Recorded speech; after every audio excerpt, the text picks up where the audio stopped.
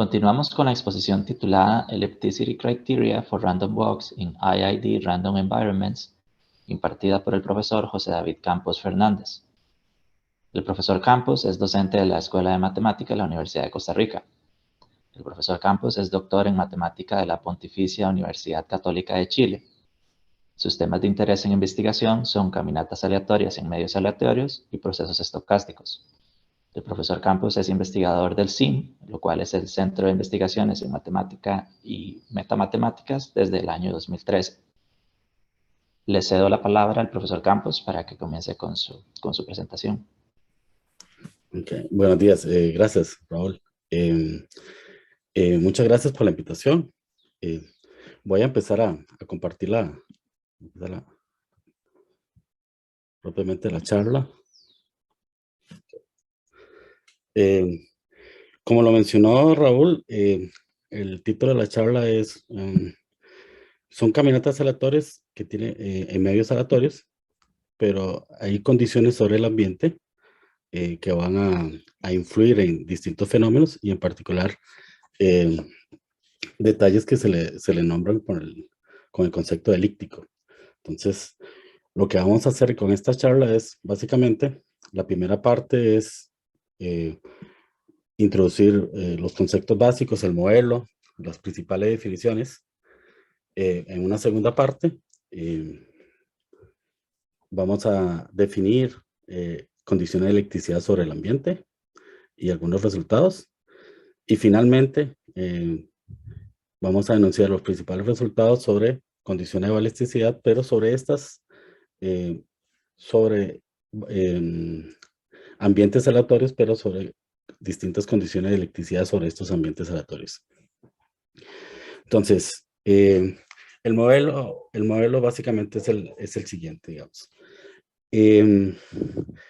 Tenemos que definir lo que entendemos por ambiente. Entonces, básicamente, cuando nosotros, un ambiente va a ser que en cada sitio, o sea, en esta charla, digamos, la caminata va a estar sobre la red Z, la D, y entonces un ambiente significa que es en cada sitio de esa red Z, la D, yo defino un elemento de P.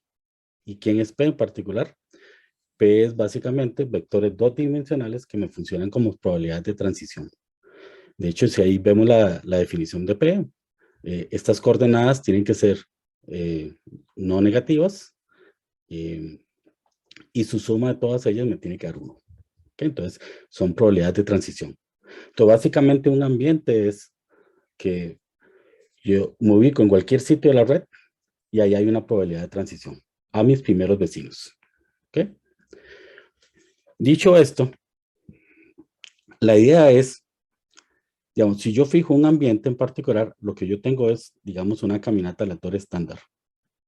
La idea es que estos ambientes o que estas probabilidades de transición también tengan un componente aleatorio.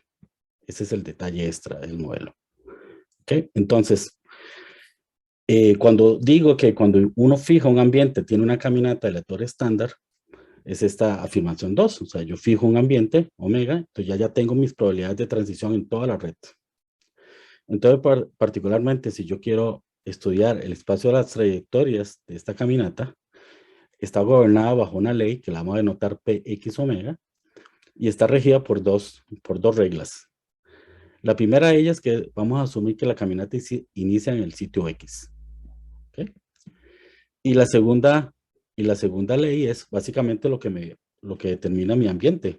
O sea, si yo estoy en el sitio Y en el tiempo N, la probabilidad de saltar al sitio a un primer vecino Y más C en el tiempo N más 1 va a estar determinado por este ambiente. Entonces, volvemos a repetir que era un ambiente. Un ambiente era que ustedes se ubican en cualquier sitio de la red y tienen una probabilidad de transición.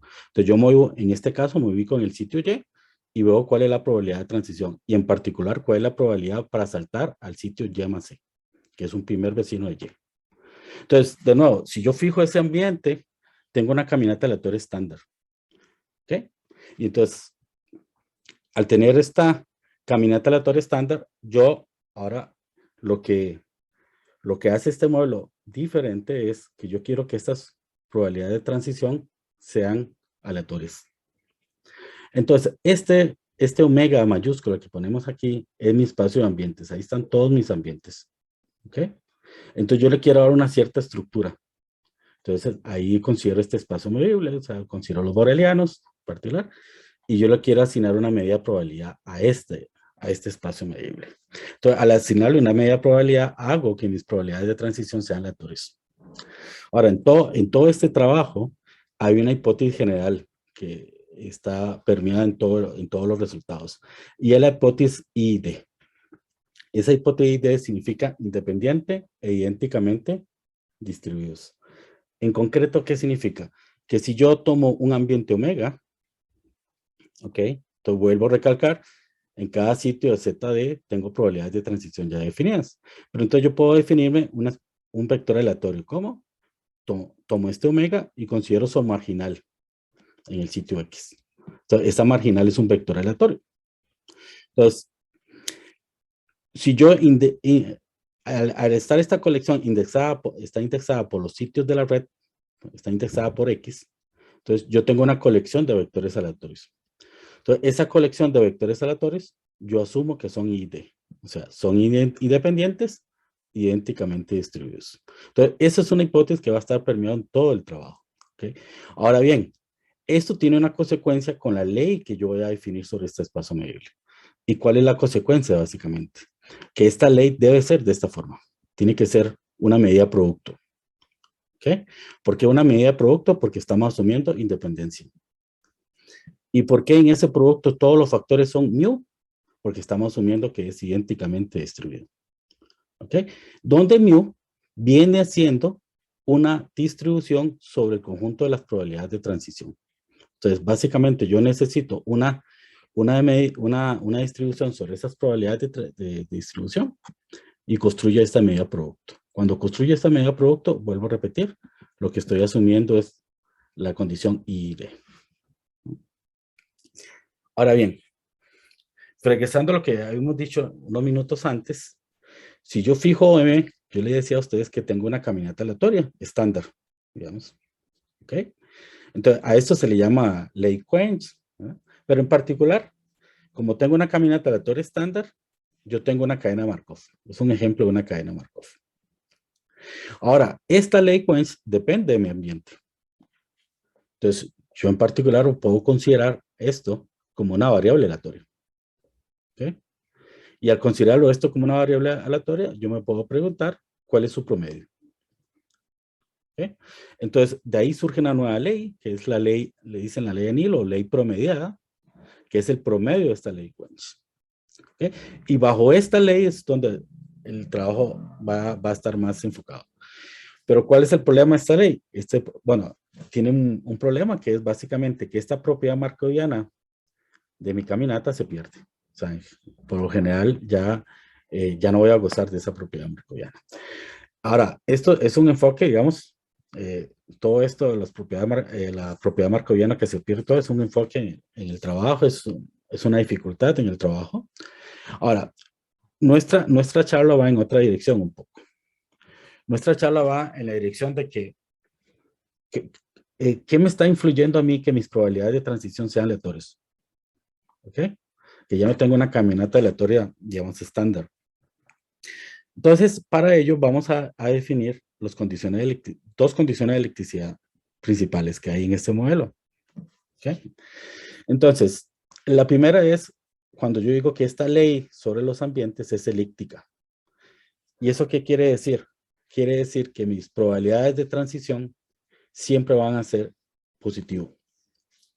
Siempre van a ser positivas. O sea, yo tengo una probabilidad de saltar un primer bocino y eso siempre va a ser positivo. Entonces, imaginemos que los ambientes, pueden haber muchos ambientes en ese espacio de probabilidad, digamos, en ese espacio omega mayúsculo, puede haber un montón de ambientes, y entre ese montón de ambientes pueden haber ambientes que en ciertos sitios pueden tener probabilidades que no son positivas, que son cero, digamos.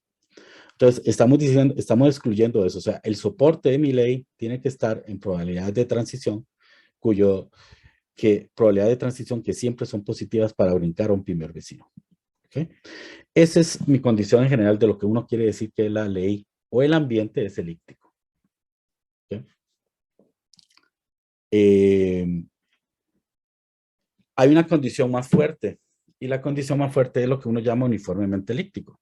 No, digamos, aparte de satisfacer esta primera condición de elipticidad, uniformemente elíptico quiere decir que yo puedo, que básicamente a priori va a existir una constante kappa positiva, tal que mis probabilidades de transición son mayores o iguales a kappa.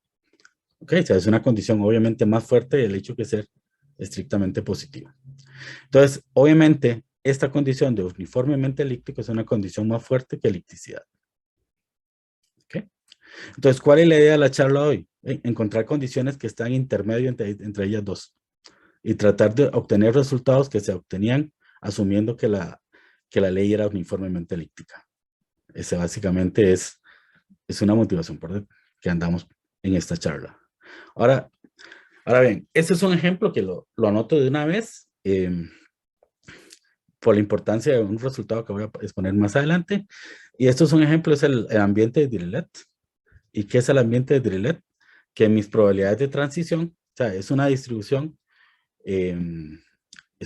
de probabilidad sobre estas probabilidades de transición y es básicamente está determinado por una densidad, esta densidad, digamos, de acá, del lado derecho, donde la expresión gamma es la función gamma que conocemos, digamos.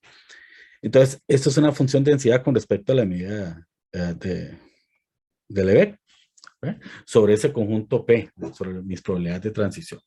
Esto es un ejemplo en particular, o es un primer ejemplo de que de un ambiente que es elíptico, pero no uniformemente elíptico. ¿Okay?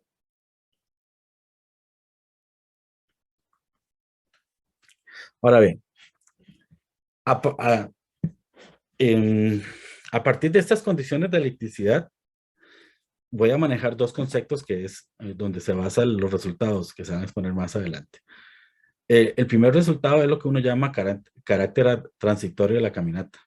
El carácter transitorio de la caminata es, digamos, van a ser conceptos direccionales. Entonces, en primer lugar, vamos a fijar una dirección sobre la esfera. Entonces, vamos a decir que la caminata tiene un carácter transitorio en esa dirección. Si en esa dirección mi caminata se escapa al infinito con probabilidad 1. ¿Okay? Ahora, vea que todos estos conceptos es con respecto a la medida promedio, aquella medida que no traduce necesariamente una propiedad markoviana en la caminata. Y el otro concepto es que cuando mi caminata se me escapa al infinito, ¿okay? Que el vector velocidad en el infinito no es cero, básicamente. ¿Okay? Ahora, hay un problema abierto o una conjetura, digamos, pero es un problema, digamos, que tiene años de estar establecido, digamos, no se ha resuelto todavía.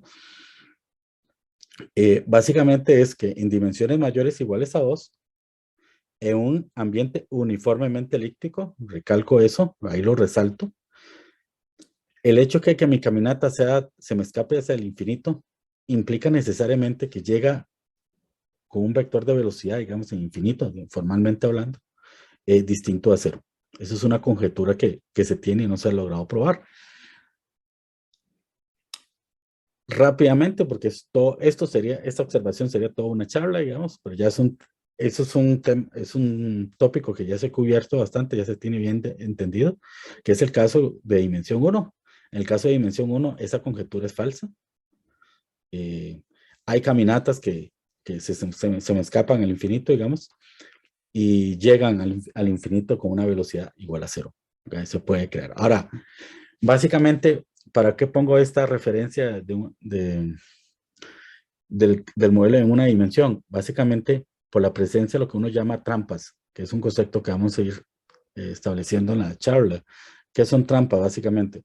Son regiones sobre la red ZD, donde la caminata pasa un tiempo relativamente largo y a un costo no tan alto. Entonces, al pasar un tiempo relativamente largo, lo que hace es desacelerar el movimiento de la partícula o de la caminata. ¿Okay? Ahora,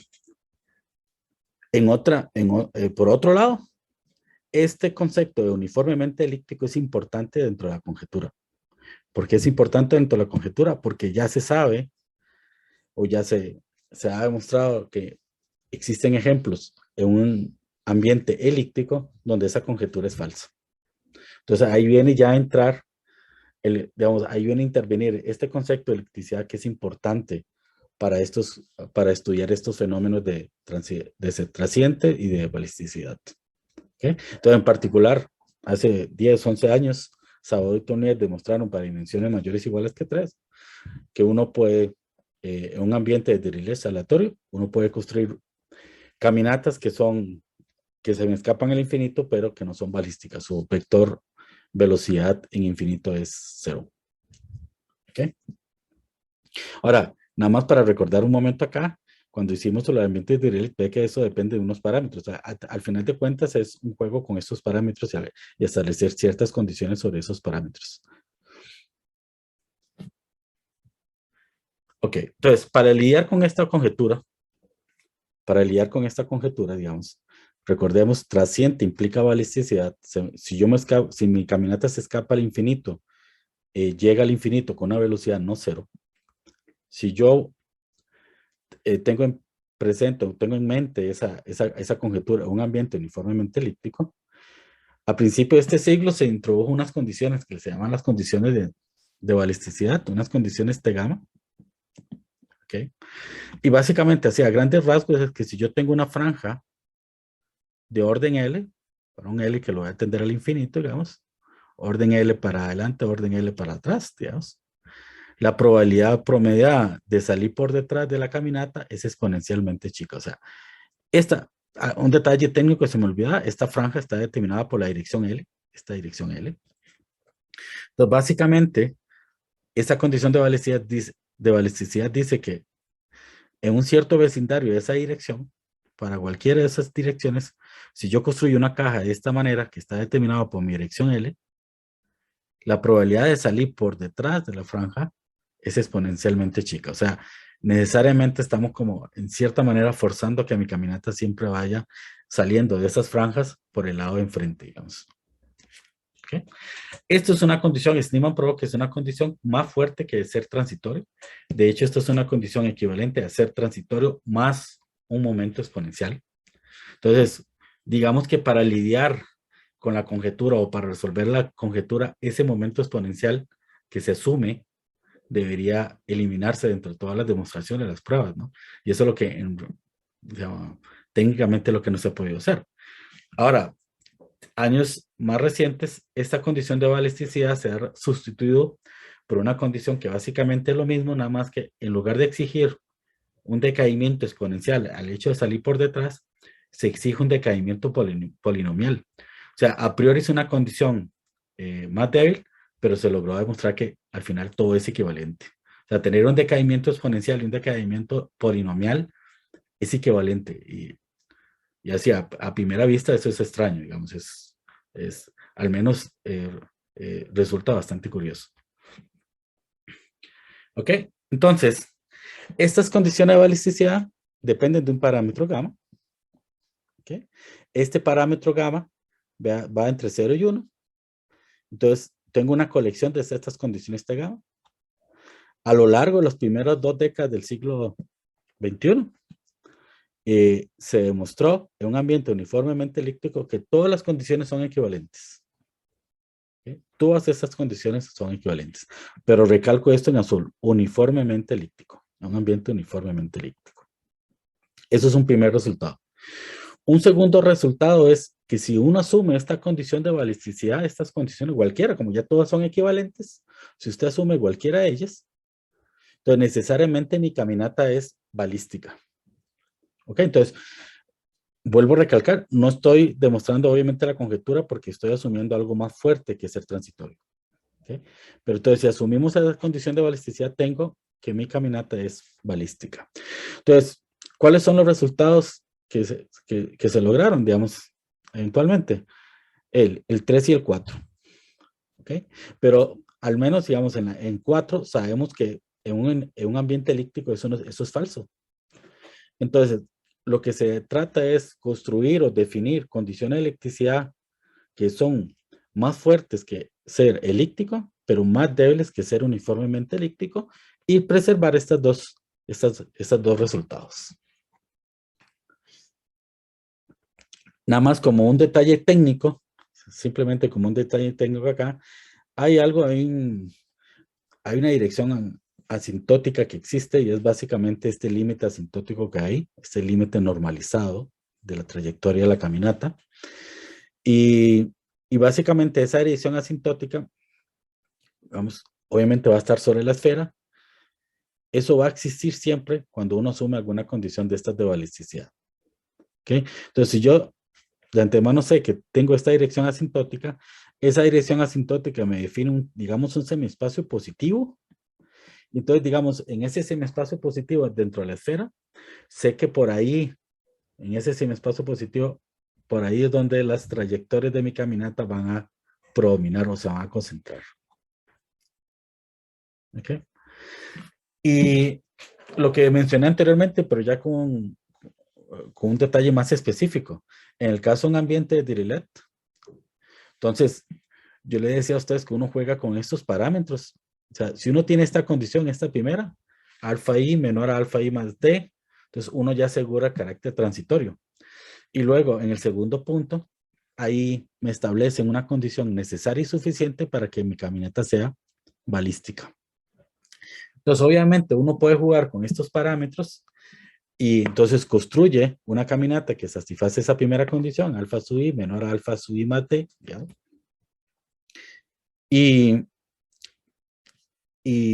Y luego, en una segunda condición, con ese lambda, hacer ese lambda menor o igual que 1, entonces usted construye caminatas que son transitorios, que se me escapan en una cierta dirección, pero en esa misma dirección su velocidad asintótica es 0. Okay, entonces, como le decía a usted, como le decía anteriormente, yo necesito condiciones de electricidad en medio de estas dos. Entonces, la primera condición que se trabajó es una condición que le llamamos E sub alfa. Y esa es básicamente que si yo tengo un ambiente que es elíptico, yo lo que necesito es agregar una cierta condición de integrabilidad. Y esa condición de integrabilidad en esta primera definición es básicamente momentos negativos. ¿Okay? Momentos negativos de mi probabilidad de transición. O sea, que el promedio de esos momentos negativos de mi probabilidad de transición sean finitos. Obviamente, o sea, formalmente hablando, muy formalmente hablando, hacer que estas probabilidades estén lejanos de cero, digamos, o cuando están cercanos a cero tiene un precio muy bajo, digamos. Okay, entonces, más o menos esa es básicamente la idea de asumir esta condición. Entonces, de nuevo, aquí hay un detalle técnico. Aquí estamos asumiendo que esto sea finito para cualquier dirección, pero como dije anteriormente, si existe una dirección asintótica, ¿ok? Entonces yo ya, esa dirección asintótica me define un semiespacio positivo donde las trayectorias de mi caminata se van a concentrar. Entonces, basta, es suficiente considerar aquellas direcciones que están en el semiespacio positivo.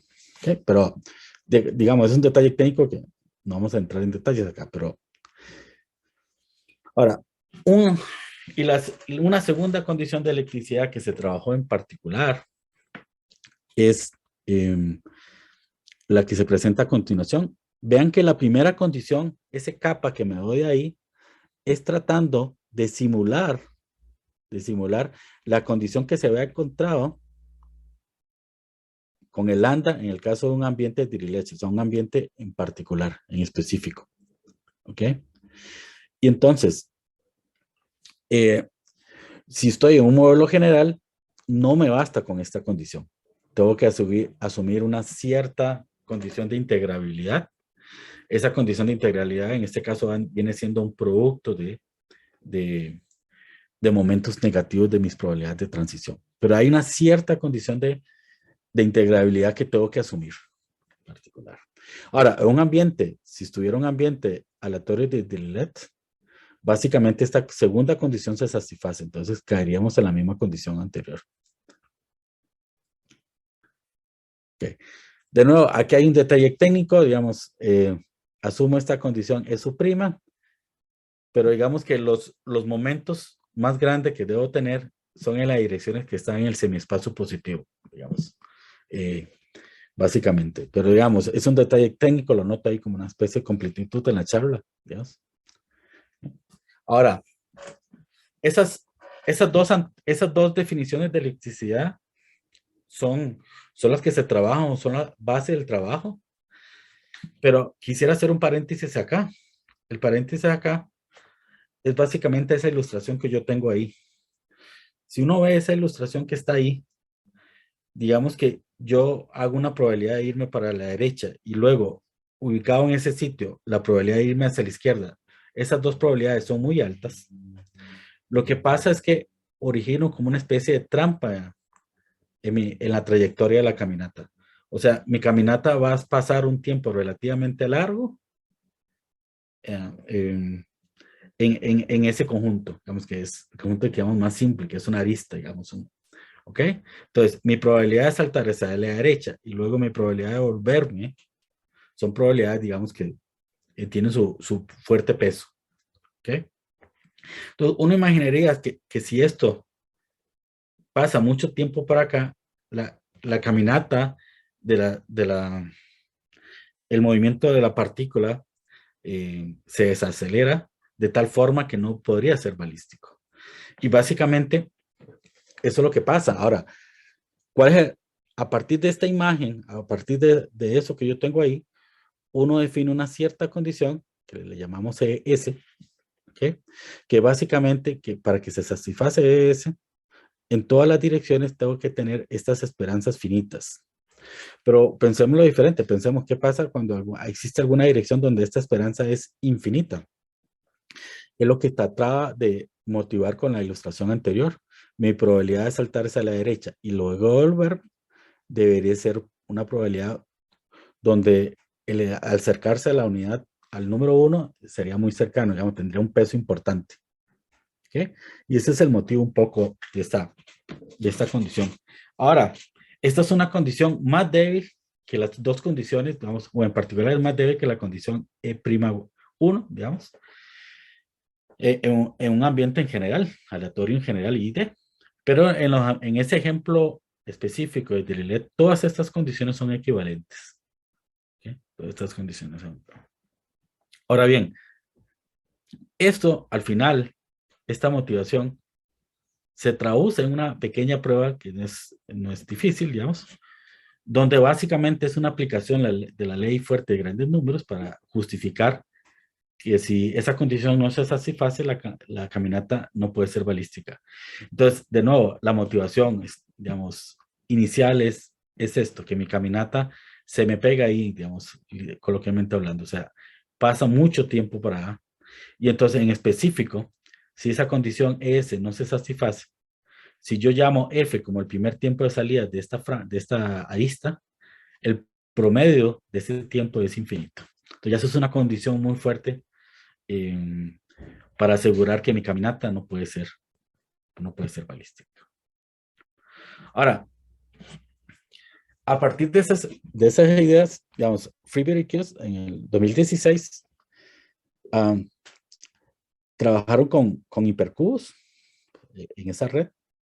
Entonces, básicamente, ellos asumían una cierta condición de electricidad, digamos, ellos asumían la condición en un ambiente elíptico de ID, pero asumían como una especie de trampa también en estos hipercubos.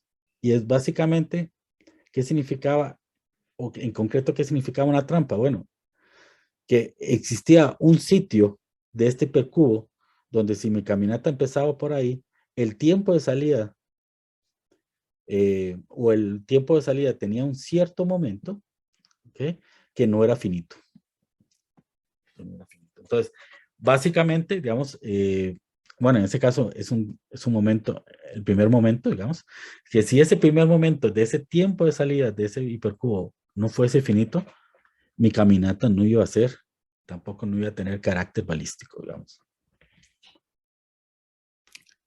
Ahora bien, ya en la última parte de la charla, digamos, los resultados propiamente. Todas estas condiciones de balisticidad que introdujo Schneemann en un ambiente ID son equivalentes, pero un ambiente uniformemente elíptico. Lo que se hace o lo que se mejora en el trabajo es no asumir que el ambiente es uniformemente elíptico, sino una condición E0. Y básicamente, si nos volvemos rápidamente, ¿qué significa E0? E0 lo que va a significar es básicamente que va a existir una constante alfa prima mayor que 0, tales que todos estos momentos negativos de mi probabilidad de transición son finitos. Entonces, basta con eso para asegurar que todas estas condiciones de balisticidad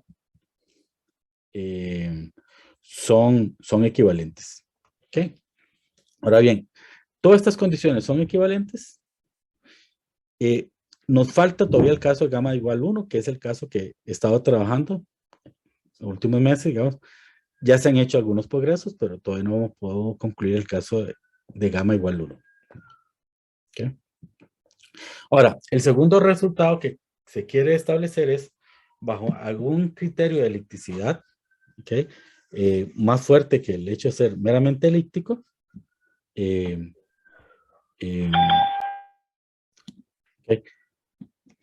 Meramente elíptico. Necesito introducir una cierta condición de elipticidad para asumir balisticidad. Entonces, los trabajos o un enfoque popular en este modelo para resolver ese problema de balisticidad es por medio de tiempo de regeneración y aplicar ley de fuertes grandes números, etcétera, etcétera. Pero en específico, ¿cuál es mi primer tiempo de regeneración? Aquí está definido, o sea, yo defino una cierta dirección L, fijo una cierta dirección L, y va a ser el primer tiempo en que la caminata aleatoria alcanza un nuevo máximo en esa dirección y nunca se devuelve para atrás de ese máximo en esa dirección. ¿Qué quiero decir con esto? Si yo tengo esta ilustración que está por acá, vea que mi primer tiempo de regeneración es tau 1. Entonces, ese punto se ubica la caminata en ese tiempo, x de tau 1. Yo llego acá, obtuve un cierto máximo con respecto a la mi dirección L y la caminata nunca se devolvió de ese nivel. ¿Ok?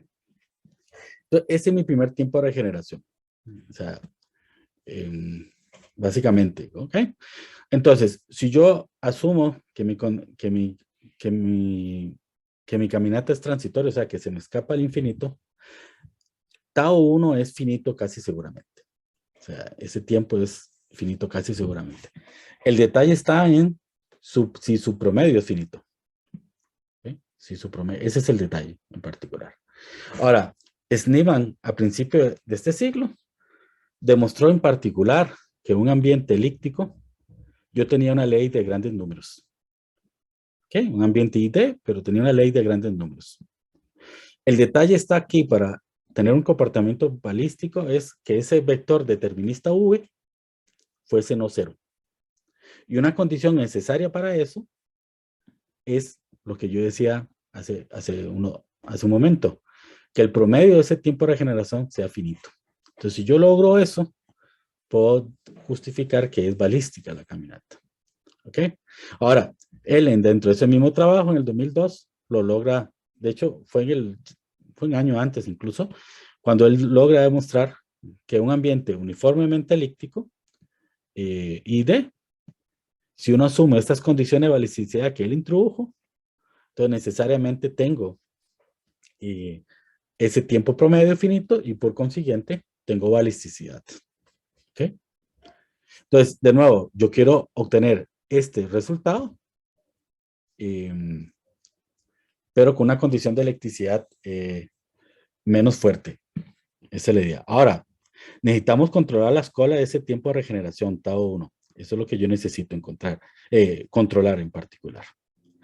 Entonces, uno tiene que lidiar, así, ya por los pocos minutos que me quedan, digamos, yo lo que les podría decir a ustedes que uno tiene que lidiar con la aparición de estas trampas. Vean que en esta ilustración, lo que yo tengo, que es el problema es si yo me topo con muchas de estas trampas a un precio relativamente bajo. O sea, región donde mi caminata gasta un tiempo en un tiempo no alto. ¿Okay? Entonces, yo tengo que, en particular, estar estimando probabilidades de este estilo. Y esto es para nada trivial, digamos. Eso básicamente es el corazón de todo el trabajo. Lidiar con probabilidades. Esto es una probabilidad que depende de omega, digamos. Entonces, esto es un evento. Entonces, es estimar todos estos eventos. Esto es el corazón mismo para controlar esa escuela de mi tiempo de regeneración. Ahora, básicamente, ¿qué fue lo que se hizo? Básicamente, se logró este resultado. Aquí hay un estimado de las colas de mi tiempo de regeneración, asumiendo una condición de electricidad, es su prima, ¿ok? Esto es un resultado que si usted se compara con el resultado uniformemente elíptico, el estimado es de menor, digamos, entre comillas, de menor calidad, es un estimado menos bueno, digamos, pero ese es se supone que es el precio que tenemos que pagar al asumir una condición no tan fuerte. Pero para alfas iguales a 1 o mayores que 1, uno puede asegurar entonces que mi tiempo de regeneración tiene una cola suficientemente bien portada de tal manera que su promedio sea finito. Entonces, con eso yo aseguro la balisticidad.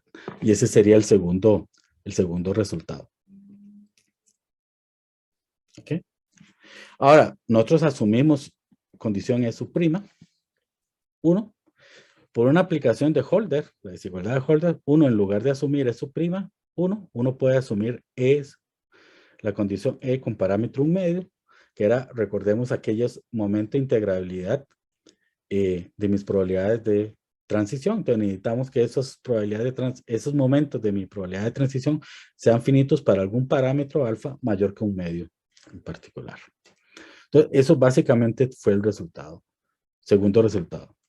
Ahora, esto es un resultado óptimo. En Dirichlet, en el ambiente de Dirichlet es un resultado óptimo. En general no es un resultado óptimo, pero uno puede construir, de nuevo, siempre con la misma intuición de antes, con trampas en aristas, uno puede construir, en particular, ciertos ambientes donde tiene un comportamiento transitorio, o sea, se me escapa del infinito en la dirección, digamos, horizontal, pero que satisfacen una condición de electricidad con parámetros estrictamente menor que 1 y eso hace que no sea balístico. ¿Okay? Finalmente, quisiera hacer 2 observaciones para finalizar. El primero es otro resultado que viene a la par, que por cuestiones de tiempo y por cuestiones de concentrarme en la balisticidad, no se expusieron en detalle, pero a grandes rasgos lo que podría asegurar es que al final esas colas de mi tiempo de regeneración son importantes y dijimos que si el promedio del primer momento de ese tiempo de regeneración es finito, tengo balisticidad. Si yo asumo que mi segundo momento es finito, entonces yo puedo demostrar un teorema de límite central. ¿Okay? Hay una cierta convergencia en ley a un movimiento browniano con una matriz de covarianza no degenerada. Entonces, esto es un trabajo, digamos, a la par, es un trabajo que ya se puede hacer perfectamente. Ahora, esa condición de electricidad E alfa, conforme el alfa va aumentando, las condiciones se hacen más fuertes. Entonces, el resultado se obtuvo a partir, digamos, en el caso de la condición E, con un parámetro 1 medio. Si yo disminuyo ese parámetro, obviamente obtengo una condición menos fuerte, pero entonces, en particular con la condición E0, ¿okay? Que es una condición menos fuerte, yo puedo asegurar balisticidad, o se puede asegurar balisticidad, o una condición suficiente para asegurar balisticidad es agregando una segunda condición. Y esa segunda condición, de nuevo, es una especie de jugar con bolas muy grandes y ver el tiempo promedio de que se sale la caminata. Son especies de trampa. Ahora, esto nada más lo anoto como completitud de la charla, es otro enfoque, es un trabajo que se hizo en el 2021. Pero, digamos, nada más ahí le dejo esa inquietud de cómo rebajar esa condición de electricidad. Pero tengo que agregar algo más, algún tiempo finito de una cierta ola. Y por eso ya sería todo. Gracias. Le agradecemos al profesor José David Campos Fernández por su exposición. En este momento invitamos a cada participante a que haga uso de la plataforma UCR Global para postear allí cualquier pregunta que pueda tener.